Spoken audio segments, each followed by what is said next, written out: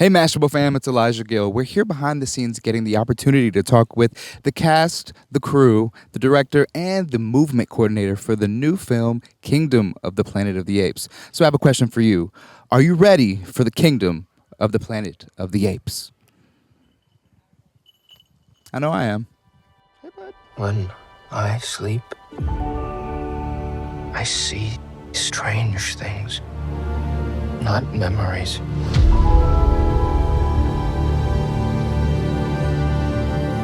New things. I see everything. As a viewer, I was Team Human all the way up until Proximus did make his points about the positions of power when it comes to the apes and the humans. Talk to me about that arc. Was it easy to realize that Proximus might be right? If it were not for the fact that he kidnaps Noah's clan and kills Noah's father, basically sheds them of their identity, I think Noah and Proximus would be allies. I think they would, or if not allies, at least agree on kind of the points that Proximus makes.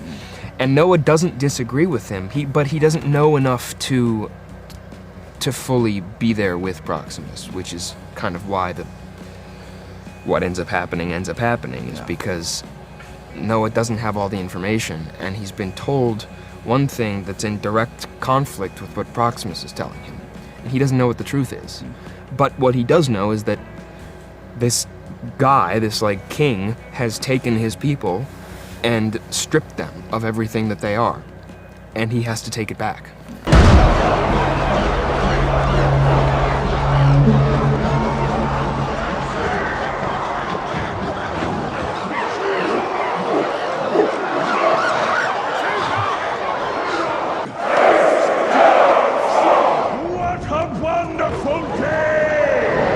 It's interesting, I think he was written a little more villainous, and then Owen and I would just constantly just take off on these improvs.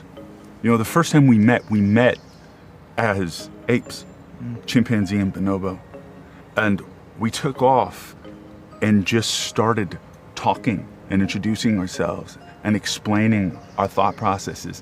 And I had explained to him in that moment that humans used to charge other humans to go into these places and sit there and eat their popcorn and watch apes function in these small enclosed places like prisons. And I remember the look in his eye when I said that to him, because then he understood, oh, wait a second, okay, yes, you pillaged my village, right?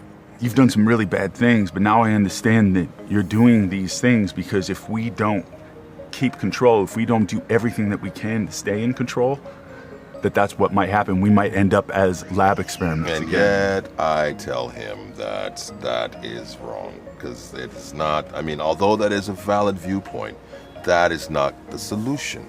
And I love that we are philosophically diametrically opposed. We want the same thing, maybe. We want, But the way we go about doing it, I think that I'm aware, in expanding Noah's worldview, that we don't want to fall into the same trappings as the humans. So, and not be reactionary.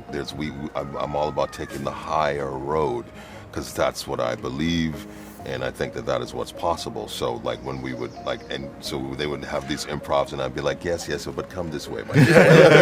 But then again, he almost romanticizes about this connection of humans and apes, where I have been taught by humans that there was no romantic connection between humans and apes. We were experimented on in labs. We were put in cages. We were poached and killed for our fur and our meat. Sure, and yet,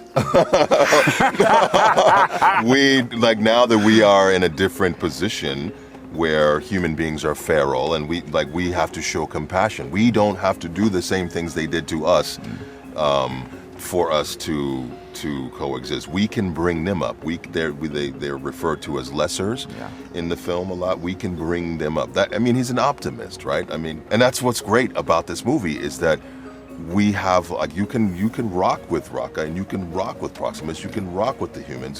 So we're at the end, we're just questioning how do we move forward? You know what I mean? Like and then boom, scene, the end. You know what I mean? Like, It's nice when the adversary of the movie, you know, the villain, I guess, has a point, you know. And the truth is, Proximus is right, based on what we know what happens, and all the way to the '68 version of the movie, right? So it makes it interesting. It makes it complicated, and that's fun to watch. In their time, humans were capable of many great things. They could fly like eagles fly. They could speak across oceans. But now it is our time. If you just feel like being an unthinking human every once in a while, which we all feel like, and you just want to watch a movie that's just going to entertain the pants off of you, it's such an incredible spectacle. Every frame looks like a masterpiece to me. Then you could do that. yeah. And then if you choose, maybe on your second or third viewing, you could look between the lines, Yeah. and it's like looking in the mirror, and you could ask yourself, what are we doing to the earth? Yeah. What are we doing to each other?